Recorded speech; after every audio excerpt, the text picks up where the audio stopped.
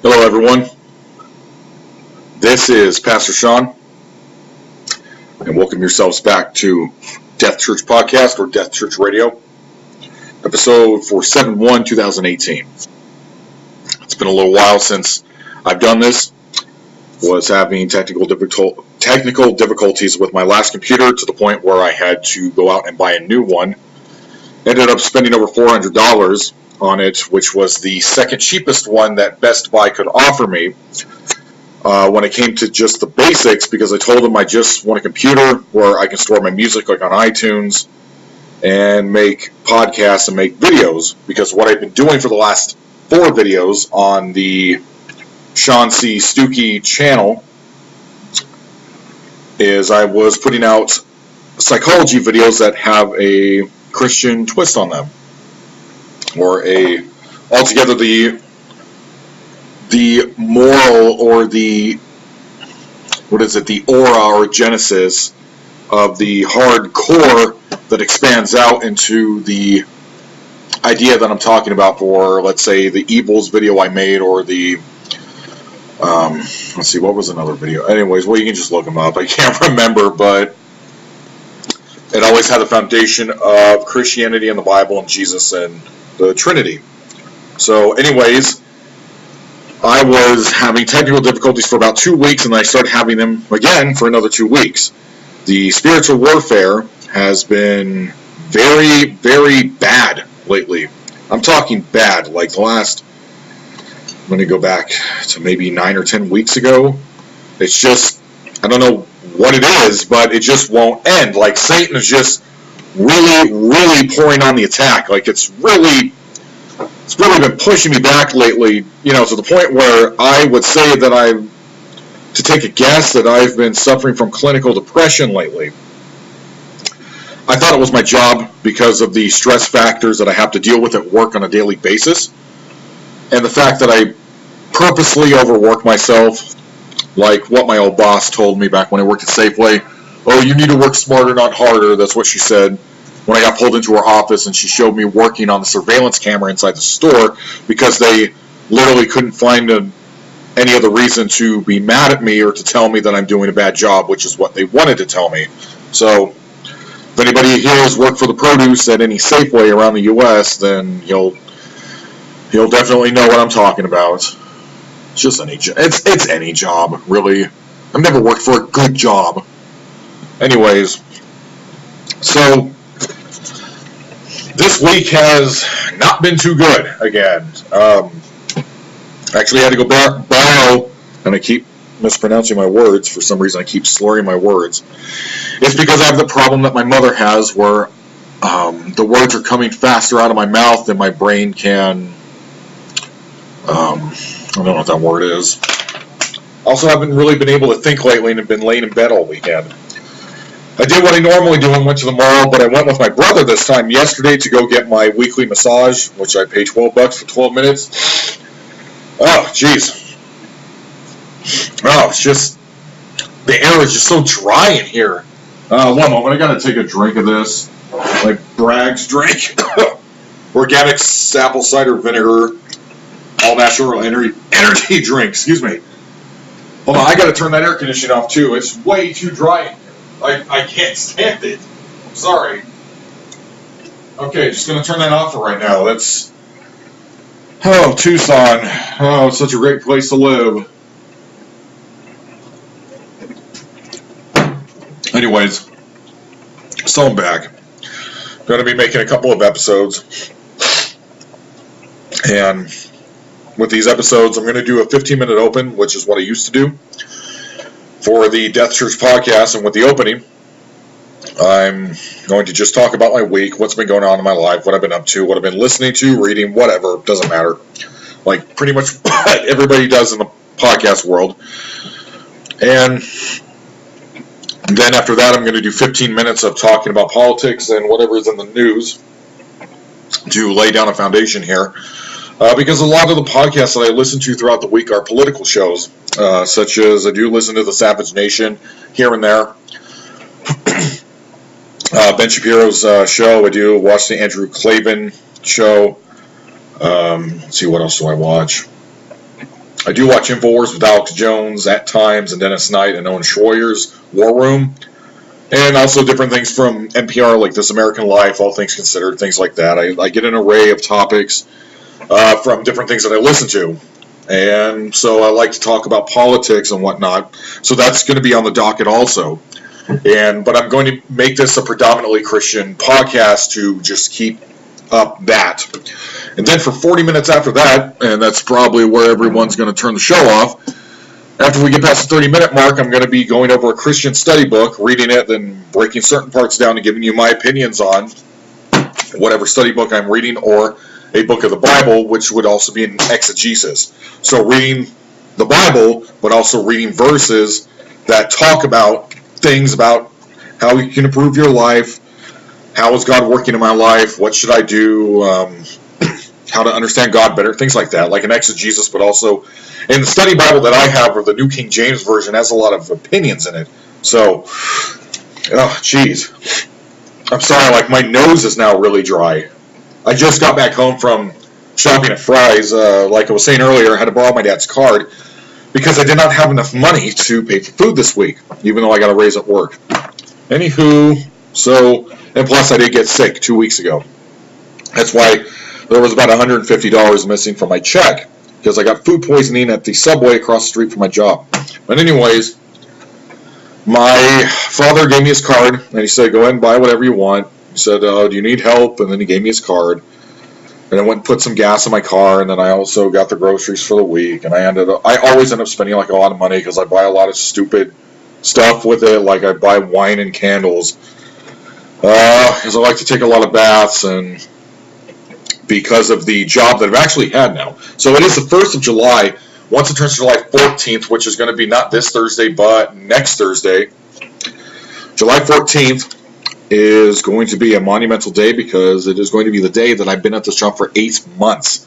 So I've now succeeded past the amount of time I worked for the Red Cross, because I got fired, I believe, on the first or the second day of the 7th month. I'm now 2 weeks in.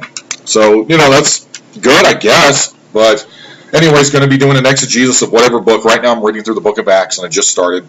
But for this episode, I would like to read at the second half of the show, A Practical Guide to Culture, that I got off of the Apologetics website, The Dividing Line. And go ahead and check out that show, because I watch that guy's show every Monday. Now it's every Tuesday.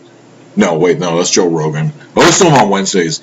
Dr. James White. Just started following on Twitter, too. Anyways, I bought this book from his website by John Stonestreet and Brett Knuckle, Helping the Next Generation Navigate Today's World. And to give a little trivia here, if you've been watching my videos, which I'm sure you haven't, I was already reading this book and got up to about page 100. Let's see, where did I stop at? Page 113 in this book. So I'm going to be starting on chapter 6, Being Alone Together.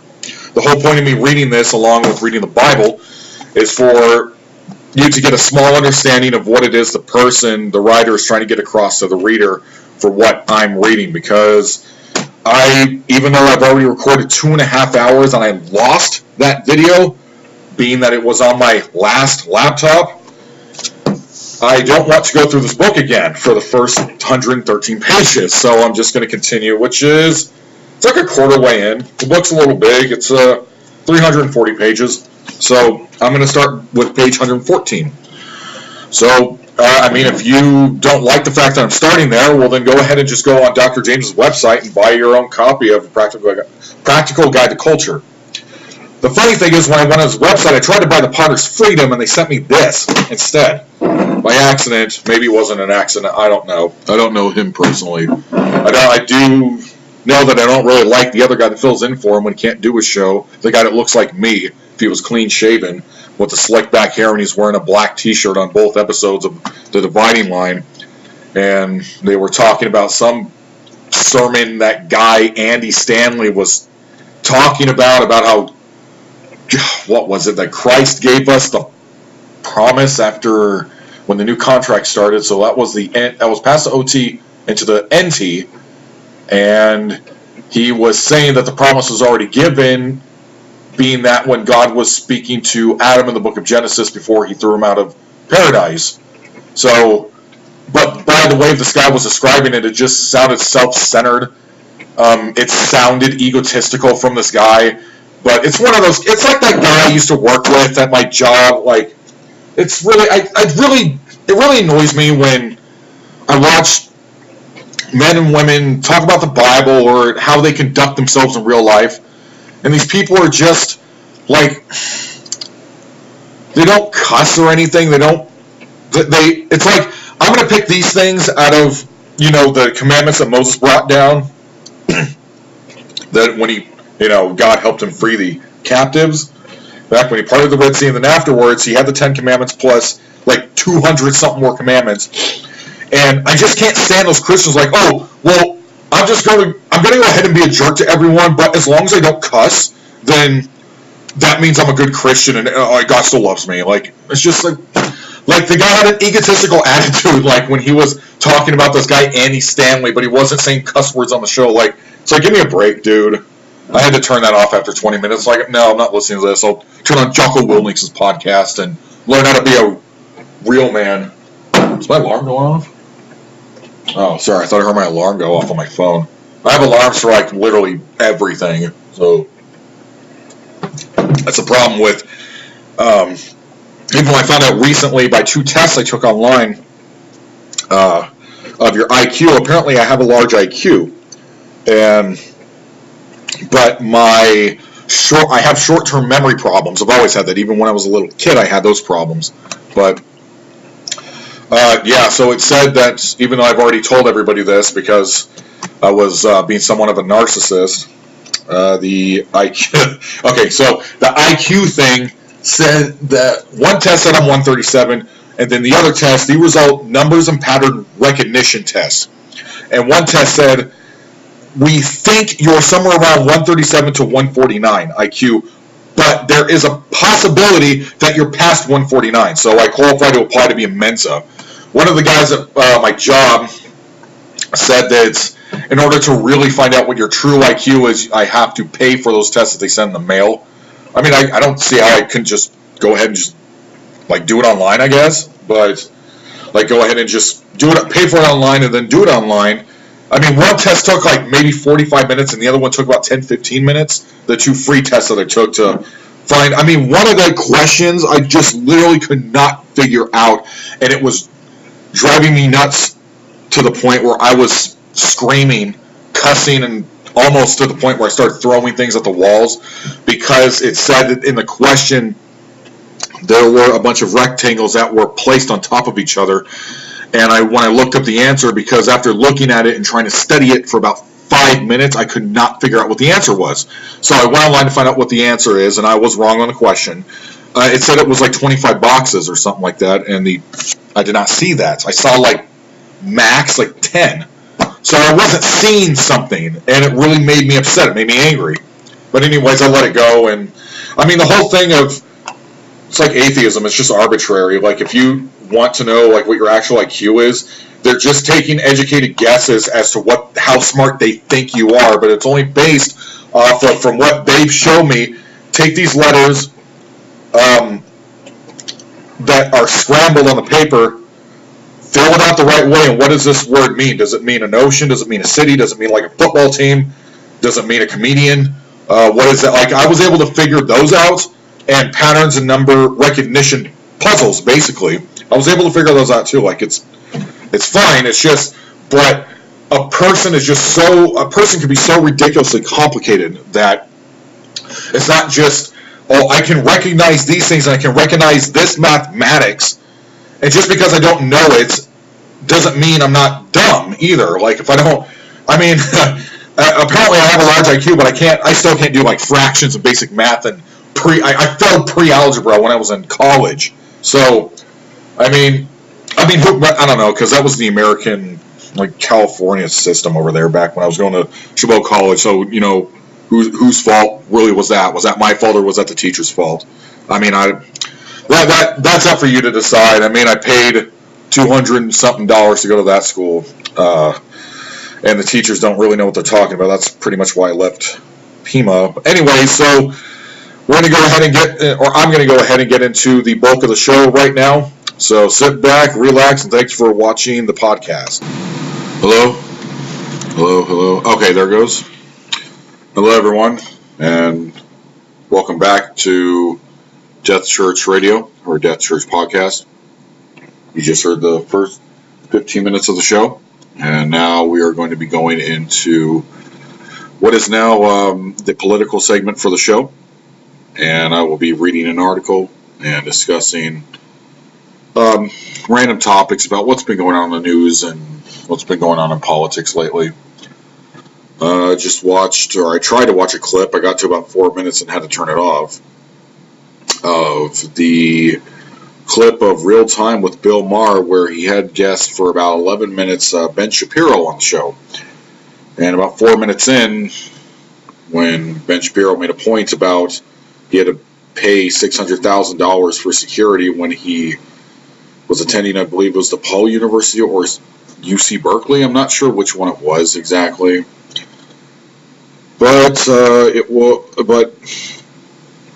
Bill Maher was saying pretty much kind of the same talking points. I mean, this is a show that my dad likes to watch. I used to enjoy watching his show like back a couple years ago, but not too much anymore. He was saying something, oh, well, Republicans are immature because they need to stop chanting "lock her up," talking about Hillary Clinton.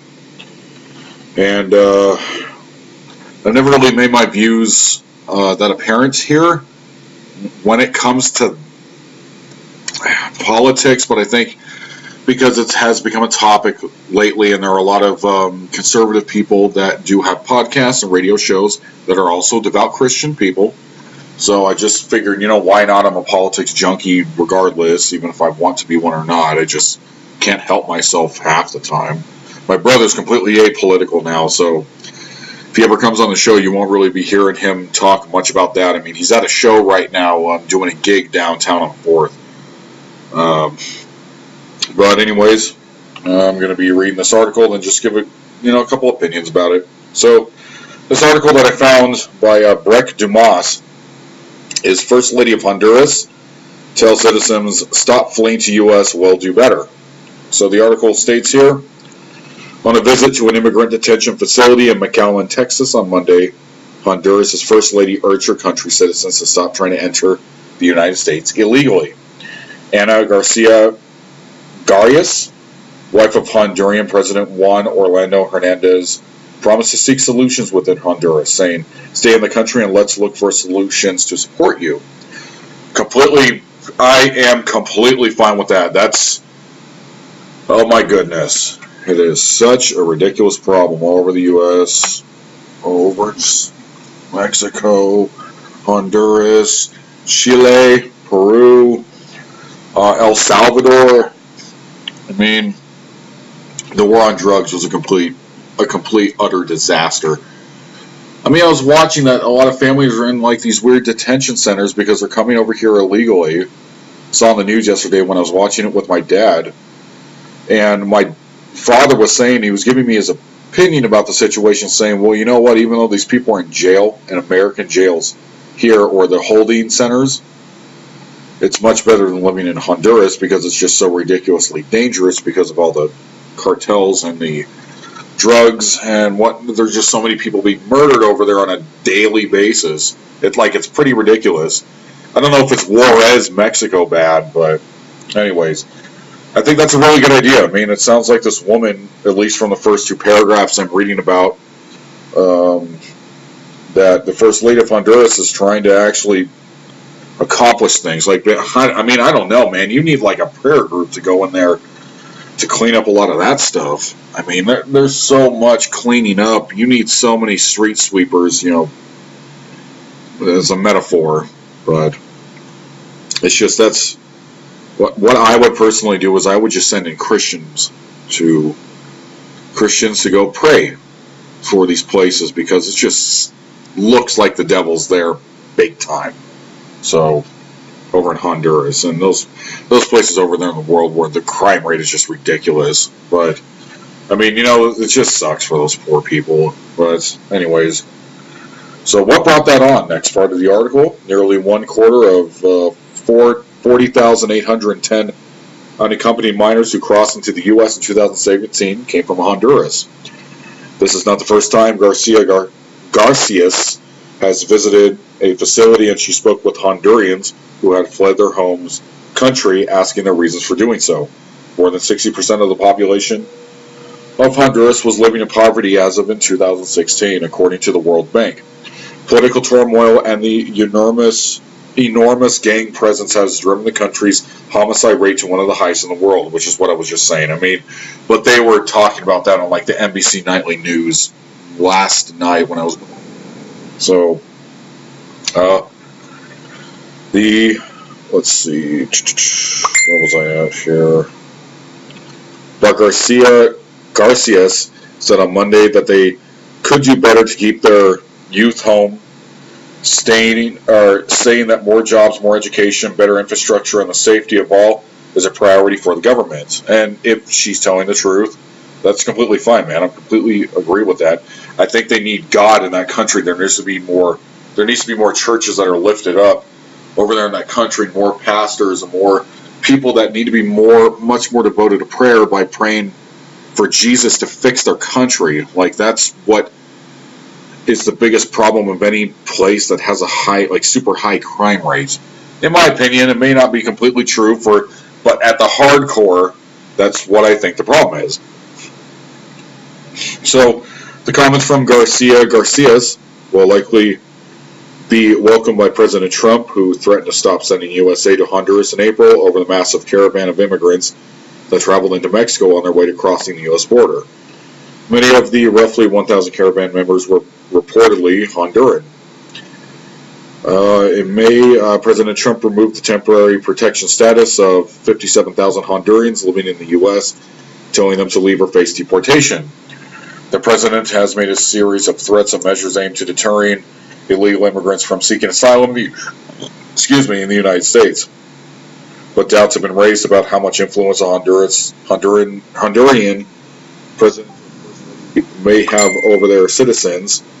Human rights lawyer and Honduras security expert Joaquin Meja told the Huffington Post Honduras was on fire and the country just threw gasoline on it. Oh, I actually didn't know that they had elections recently. So in quotations here from Jacqueline Mejia, it unmasks the reality of the country. Are broken and the president, because of the elections, has no legitimacy. Okay. Well,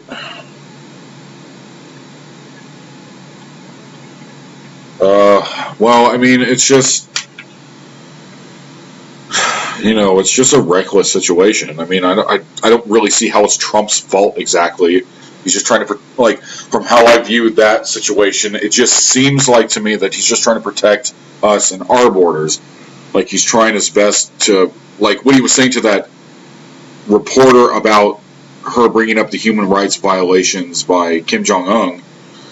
I was like, well, I thought the whole thing was for us not to get nuked. But I'm just saying, that's just where he was saying, I'm just concerned about your family, I'm concerned about your kids, and I don't want a nuclear warhead to be placed on all of our heads and you die in an instant by evaporation. That's what, he does have a thing where he's saying that mostly people that come over from Honduras and Mexico and El Salvador are criminals.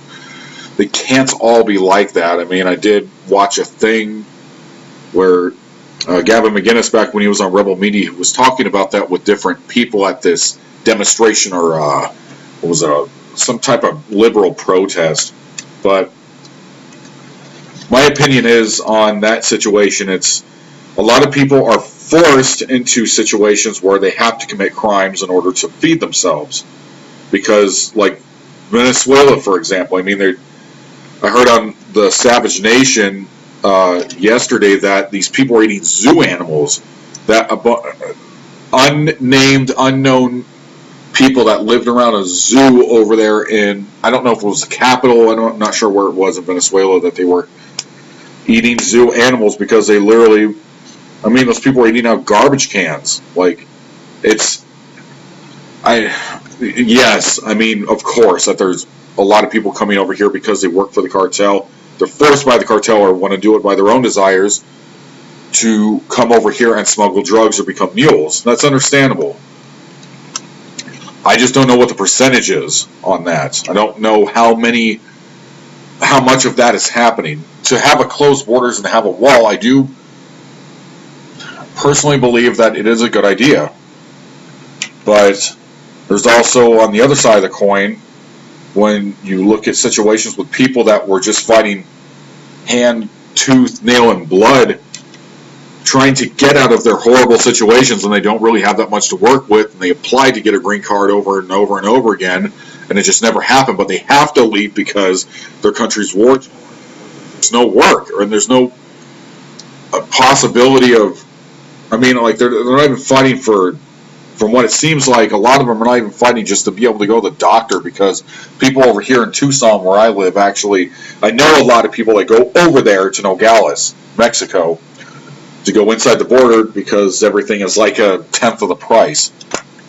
But, I mean, yeah, it's like, I don't know what the exact percentage is of how many people are coming over here, and a lot of them are dangerous criminals. Like the movie Scarface, where they came over from Cuba, but it's understandable. Do we have to have borders? Yes, like, of course. Every country has borders. If there wasn't borders, it wouldn't be a country. Like, we should be able to say who comes in and who doesn't come in. Like, it's understandable, but I'm just saying, like, if it's people that are just good-intentioned or Christians that are trying to flee their situation and just trying to get better lives for themselves, they've literally ran out of options, so the only option is to come over here legally. I'm not going to come down on somebody like that. I'm not going to I got to go tell ICE, oh, I found this person. I'm not going to, it's messed up, Like, yeah, they are bleeding the economy. It's understandable. Like, they are raising the debt that we have to China. And that the debt ceiling keeps rising, and a lot of it has to do with the 12 million. I'm sure a good portion of it has to do with the over 12 million illegal immigrants in the country. Sure. Like, yeah, I understand that. It's just, there needs to be a thing where you can really just sit down and work it out. Like, okay, I mean, I don't know exactly how I would personally do it, but here's the thing. The countries that are having these problems are Mexico, Honduras, and El Salvador, because they're basically unlivable at this point. If people are traveling over in caravans from over there in those countries through Mexico with other Mexicans coming up here to America, like, I mean, it's you have to, like, sit and look at the situation. Is it because they're forced to, like they're smuggling drugs over here and they're making a lot of money and they're just painting themselves up, like what a lot of homeless people do here, is what I've noticed here in Tucson to tell you a little story around the job that I work at. The homeless people that are on the side of the road next to my job that are begging for money, found out that they were living in the wash behind my job, and a lot of the things, the items that were found over there were hypes. They were like needles for heroin, like there's syringes, and then a whole lot of liquor, like it was like Fireball. Not saying I don't partake of that myself, of doing Fireball here and there, just I have to be able to de-stress on the weekends, but just saying, just drink a little bit, just saying, but, it's just, like, not every homeless person that's begging for money is going to do good things with it. So, like, sometimes when you put your money into a homeless person's hand, that person is going to, like, shoot up. So, not every Mexican person or Honduras or El Salvadorian that comes over here is going to be a good person with a family, or a single person that's just looking to have a better life. A lot of those people are coming over here because they're purposely exploiting the system. That's just well documented. It's bad on both sides. There's bad people and everything, but there's good people and everything. It's just, it's like a multifaceted problem. But I mean, that's how I would treat the situation if I was the first lady or the mayor or whatever, the president of Honduras. That's what I would do. I would honestly try, by the means of God and reading the Bible every day and having a prayer group and people helping me run the government over there that were staunch about Christian men, to try to do the best we can to make it so this place is livable. That's how I would treat that situation. Not so everybody can get in a caravan and come over to the U.S. I'll be right back. Hello, fans. Fans of Christian study books. Fans of reading the Bible in the original text to get everything you can out of it. Welcome back to Depth Truth Podcast. And what I'm going to do for the next, actually I'm going to say about the next 30 minutes. I'm going to read starting at chapter 6 of the book that I talked about at the beginning of the show, John Stone Street and Brett Knuckle, A Practical Guide to Culture, Helping the Next Generation Navigate Today's World. Sorry, that's kind of loud. I was trying to turn my fan on because it's hot right now. It's about 1:04 in the afternoon, and they gave me the day off of work because tomorrow is the 4th of July, and we didn't have any surgeries. So anyways, I'm going to go ahead and get into this, and I'm going to read about 15 minutes worth, and then I will end it tomorrow by continuing to read and break down a couple of things, give you my opinions on different things that have to do with the book, and yeah, that's about it. So let's go ahead and go ahead and listen, I guess, since this is a radio show. Anywho's, excuse me. Okay. Chapter 6, page 114.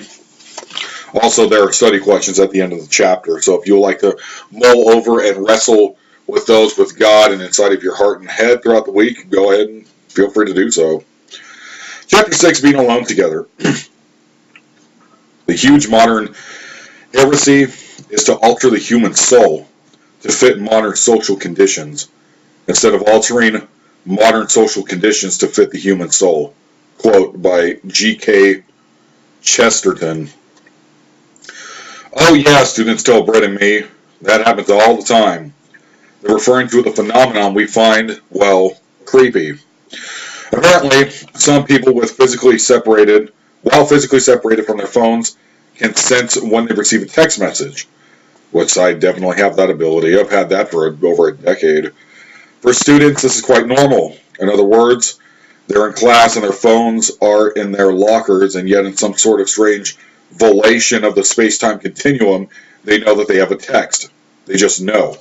I, John, which is not John Stone Street, first heard of this phenomenon from Sherry Turkle, psychologist, professor of social studies and technology at the Massachusetts Institute of Technology, or MIT for short. Turkle was a guest on the weekly radio program, and we were talking about her book, Alone Together, Why We Expect More from Technology and Less from Each Other. Most of us have experienced phantom ringing, a mental false alarm of receiving a call or a text message. But this is different. This is like a technological ESP. The phrase, that kid is attached to its phone, is no longer hyperbole. For nearly 30 years, Turkle has studied the impact of computer and online technology on people and their relationships. Not that long ago, she says, we were trying to figure out how we would keep our computers busy. Now they keep us busy. It's kind of as though we are their killer app. End quote. Along the way, Turkle's perspective on life in the digital age has evolved with the technology that she studies. Her first book, The Second Self, Computers and the Human Spirit, was written in 1984, well before the invention of the World Wide Web. Back then, computers were basically enormous calculators used for spreadsheets, programming code, and primitive games. Yeah, like an Oregon Trail and Tetris. They would become cheaper. Oh, and that Batman game that, what's-his-name played. Anyways, she predicted extensions of ourselves. She was correct. It was that episode where AVGN said he's got to press 5, and he yelled, why do I got to do that? Oh, wait, no, that was Superman. Never mind. Okay. To continue, in 1997, Turkle published Life on the Screen, Identity in the Age of the Internet. Though many of us were online by then, websites were informational about, but not interactive. People get together in chat rooms, but social media platforms like Facebook, Instagram, and Snapchat were still a decade away. Smartphones weren't very smart. No one had heard of an iPhone. Emails were sent with annoying swishing sounds, and people spent most of their day offline. As in her earlier book, Turkle was prophetic. When people went online, she realized they were doing more than just expressing themselves. They were exploiting alternative selves. Exploring, I'm sorry, not exploiting. Turkle predicted that online life, unlike real life, would make possible new ways of thinking about identity. Decentered, virtual, not bound by gender, age, or physical, ethnic, or geographic limitations. Online, people would be whoever they wanted to be, which is that like that Second Life game in IMVU or something. And there's like a couple other Lego cars or something. But I just got to take a quick swig of the coffee here. Okay. When Turkle's first two books had in common, other than eerily accurate predictions, was optimism. When I first read Life on the Screen in seminary, I found her celebration of dissatisfied 50-year-old men becoming virtual 18-year-old girls more than a little strange. We were watching the intersection of human evolution and postmodern identity, she believed, and back then she didn't see a downside. Today she does. Yeah, men pretending that they're young women. It might actually play into that whole leftist ideology of the different sexes and the otherkin thing. If you don't know what otherkin is, look that up on Google, or Ask Jeeves. But yeah, that's interesting. Of like you want you're purposely picking another sex that you don't want to be, and then want people to see you as that sex because that's what you feel most comfortable with, even though it's completely against God's creation. Anyways, it's interesting. Okay, continuing. When I asked Turkle why the tone of Altogether was so different from that of her earlier books, she replied, "I wasn't prescient. Prescient. Then she added, and I do have a teenage daughter. In the 15 years between her second and third books, her optimism about online life turned into deep concern about the state of human relationships. We're designing technologies that will give us the illusion of championships," Turkle says, "without the demands of friendship. With everyone controlling their own little techno-gadget worlds, no one is vulnerable. Eye contact is rare. Increasingly, as the title suggests, we are learning to be alone together." Yeah, pretty much. How our technology shapes us. We do not ride on the railroads, it rides upon us. Historically, each new technology had naysayers who predicted that terrible things would happen to humanity if they didn't resist it. Most of the time, techno fears were overblown, except for the Y2K thing, even though nothing happened. But, however, we shared Turkle's concern about how much life is being lived online these days, and how it's affecting all of us, and especially our kids. Much of us are unaware of and tend to dramatically underestimate how much time we spend with phones, tablets, televisions, computer monitors.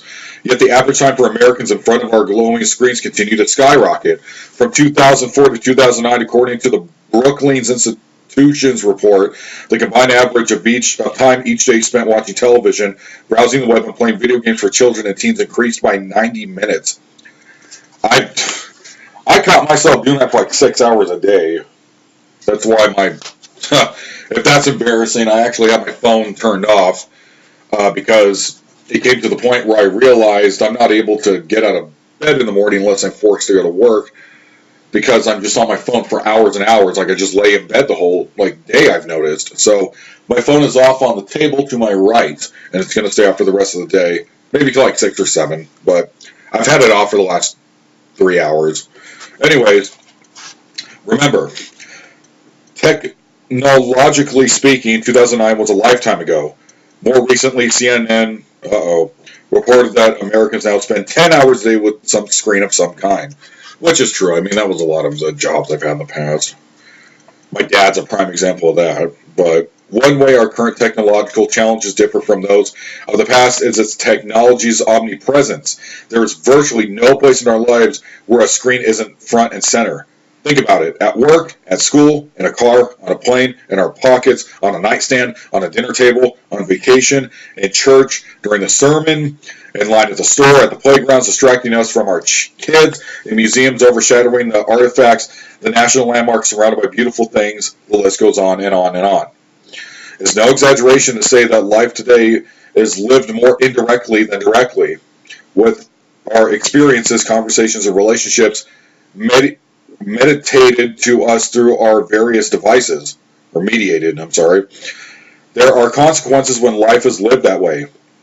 First, we lose touch with the world, especially through social media like Twitter, Facebook, and Instagram. I actually, just to do a little side note here, I actually don't like Instagram, personally. I feel it's like when Jesus called those people in his dad's temple, the Father's temple, is like a den of vipers. I see Instagram, at least from the people that I follow on there, maybe I'm just following the wrong people, but it just comes off as a den of narcissists to me.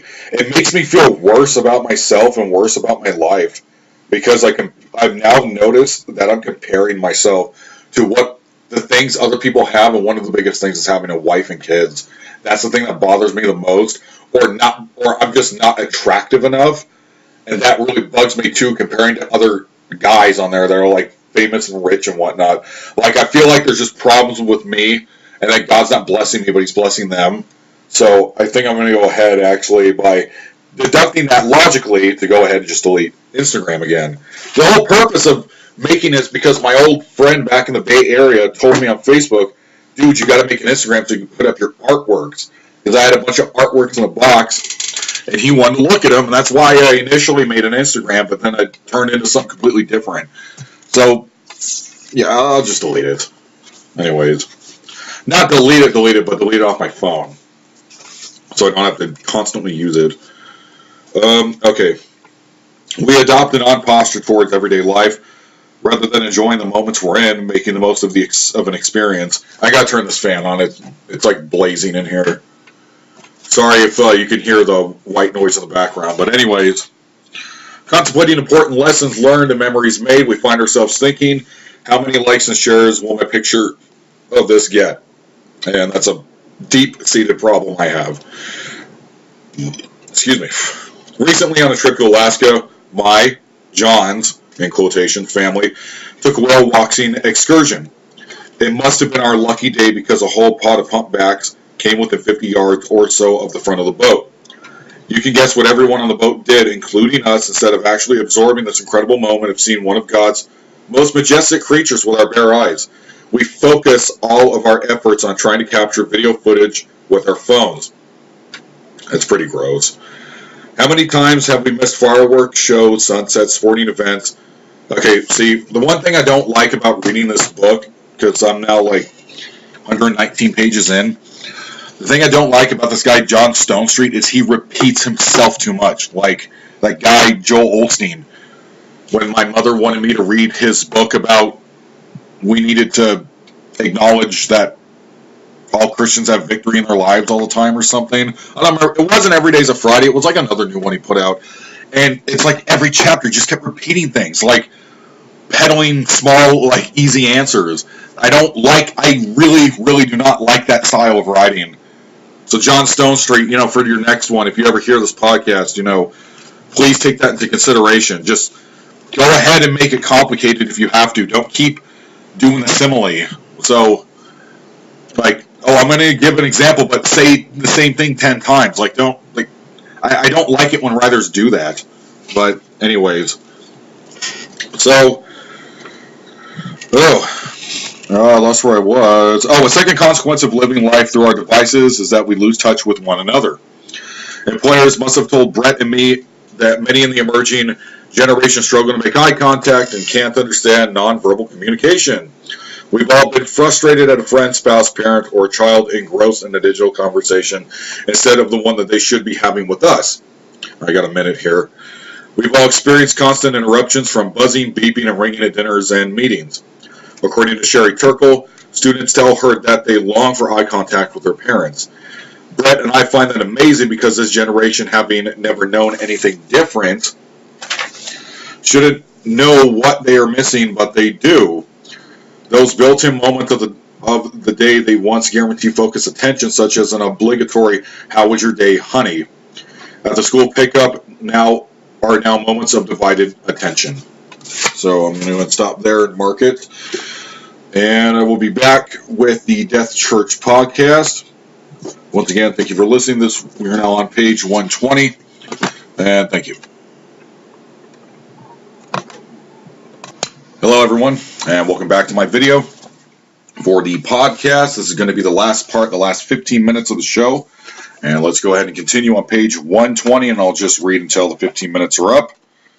And that's going to be about it for this episode. So go ahead and lock in, and I'll get right to it from where we left off yesterday. So our kids learn their tech habits from us. Okay, so next paragraph on page 120.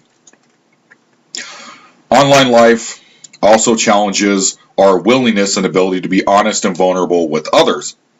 Our social media profiles are highly edited constructs of our lives for friends and family to browse, and perhaps to envy. We don't struggle online. We posture. Sorry.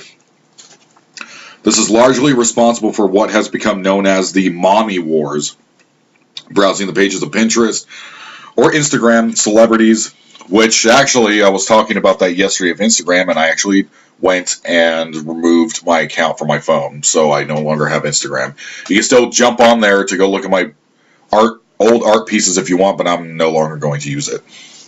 So anyways, it's hard to measure up to those moms who always seem so put together with clean houses and creative, decorated breakfast ideas for their always bathed children. Social media also fosters a false sense of intimacy and connection with others. Today we can have thousands of friends, but in reality not have deep, meaningful relationships. We might even find ourselves wanting followers instead of actual friends. Yes, I do have that problem myself. Remember that young people who have never known what relationships were like before the digital age won't have any context to distinguish deep relationships from manufactured online ones. On the other hand, Jimmy Kimmel, in his frequent late-night television show segment called Mean Tweets, demonstrates how technology can make us forget the humanity of others, which is, there are several different debates you can watch on there that would have to do with, like who I was speaking about earlier, Dr. Jordan Peterson, Ben Shapiro, others who have talked about, even Joe Rogan, who talked about when it comes to tweets and whatnot, you just completely, it's like what it did, I just read in this book, you do completely lose your humanity just saying horrible, nasty things to people. This has just been going online since the internet was invented. But anyways, so we're continuing. We're far more likely to say things online that we never say to someone's face. And we're more likely to engage in risky behavior we'd never consider in person. Many kids are leaving a digital footprint that will haunt them for the rest of their lives. Often our kids will claim a so-called right to privacy to escape accountability. According to parenting expert Julie Hiramine, parents should know their kids' passwords for anything they do online. Ugh, I don't know about that. However, many parents are scandalized when she recommends this, feeling that it violates some sort of unspoken absolute of the digital age. In junior high, Brett's daughter asked for privacy on the internet, but John and I don't even afford ourselves that sort of perk. Our wives have an all-access pass to our email, social media accounts, and online activities. I don't know about that. The whole purpose of it was to keep things secret from your spouse. So that's the point of not being able to have the password of each other's emails and Facebooks and what. Okay. Yeah, I guess to think about it, I guess that's wrong on my end, actually. To think, okay, so instead of saying no and not agreeing to that, I actually will go ahead and submit to that myself. Actually, yeah, that is a good idea. Because the only purpose of hiding is if you're talking to other people that aren't your wife or your husband and possibly causing infidelity. So, okay, never mind. I'm corrected. Never mind. A third consequence of online life is that we lose touch with ourselves.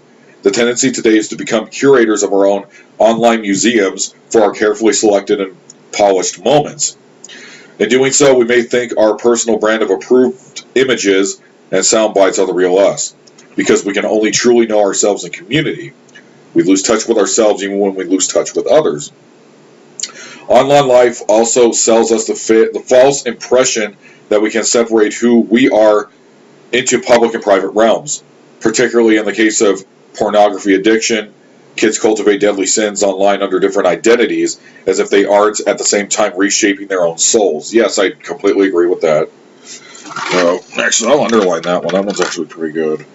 So particularly in the case of pornography addiction, kids cultivate deadly sins online under different identities, as if they aren't at the same time reshaping their own souls. Okay, that's actually very find that to be pretty profound. Okay, on the other hand, they face pressure online to disconnect from their deeply held convictions. Excuse me.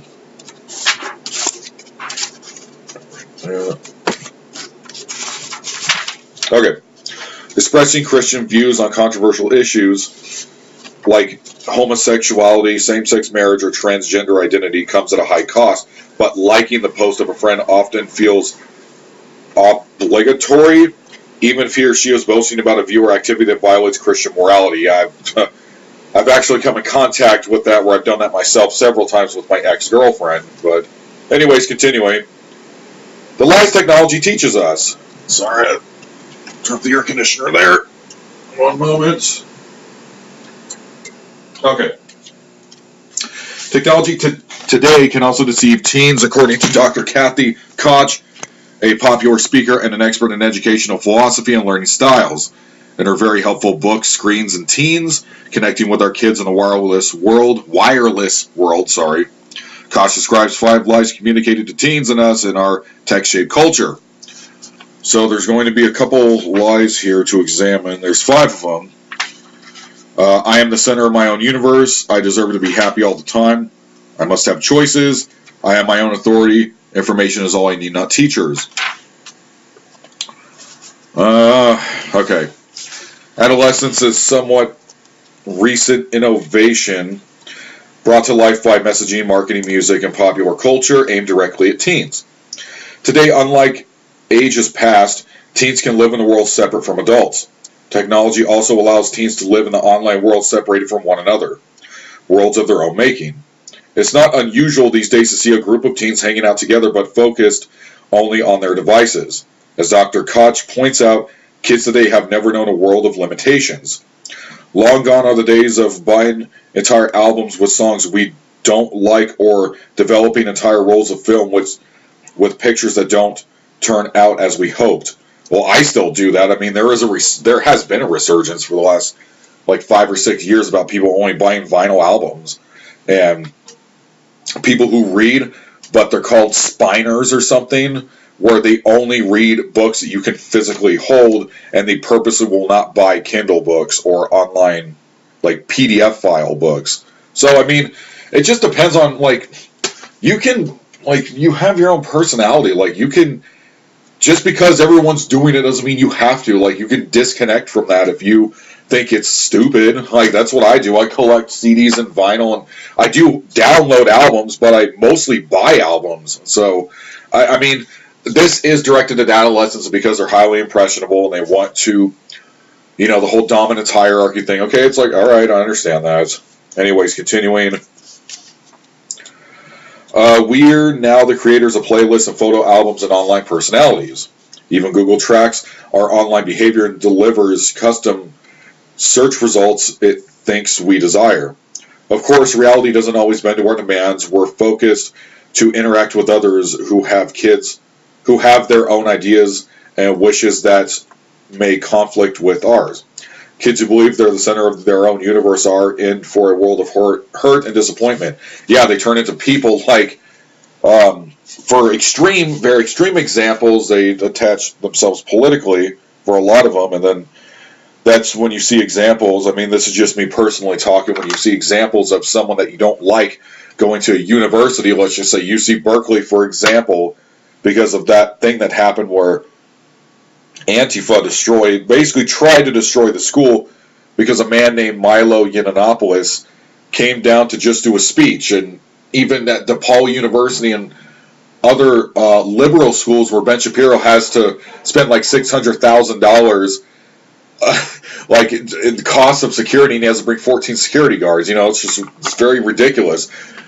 When you cater to the kids and let them basically do whatever they want, and if they have to get a notification where they have to watch Twitch or a live stream on YouTube, and the parents just let them do whatever they want, this is the kind of stuff you get when they're not raised with good Christian morals on a good solid foundation. You let the kids build on sand, then it's just the world is going to turn into chaos. So it's like the whole generation. I forgot what book in the Old Testament that the whole generation forgot God. I don't know if that was in Samuel. I don't remember. But anyways, continuing. Even worse, they're falling for the very first lie. You will be like God, knowing good and evil. Genesis chapter 3, verse 5. Yeah, I know, I agree. Okay, number 2. I deserve to be happy all the time. The great irony of a culture with so many distractions and devices is that our kids can seem perpetually bored. The great tragedy is that so many of them struggle with apathy and depression.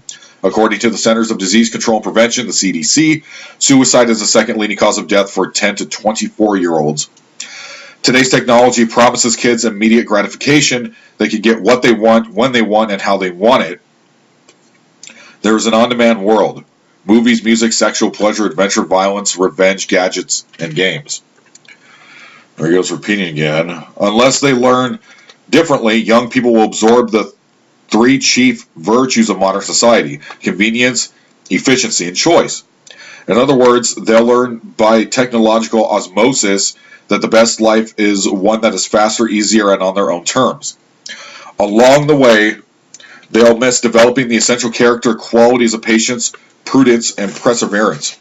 Send them to the military. Okay, lie number 3, I must have choices. I, John, was in a small corner grocery store in Montego Bay, Jamaica.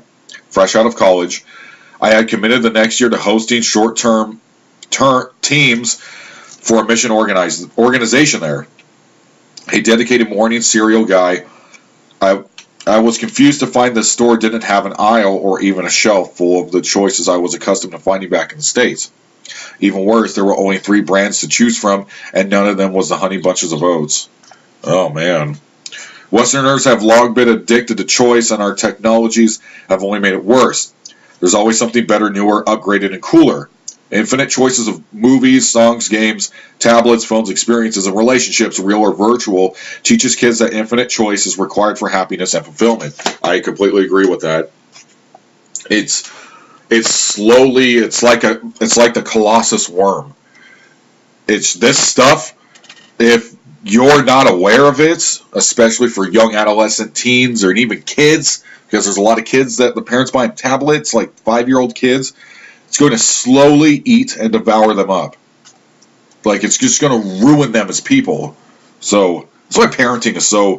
Parenting in a good, wholesome, Christian setting is so important. Good parenting that is based off biblical virtue is so ridiculously important.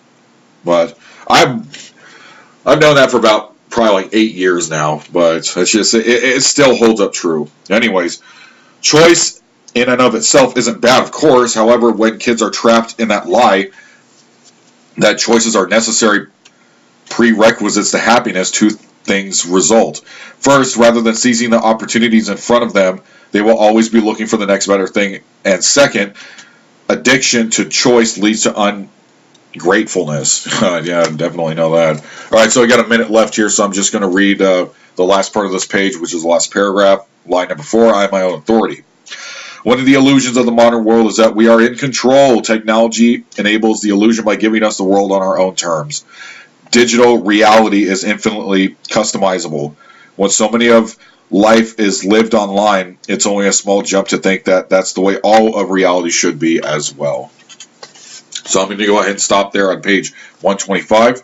If you like the book, once again, go ahead and go to Dr. James White's website, The Apologetics, The Dividing Line, A Practical Guide to Culture, Helping the Next Generation Navigate Today's World by John Stonestreet and Brett Knuckle. So thank you once again for listening to the show. We'll be putting out a couple more episodes for the Death Church podcast. And happy trails.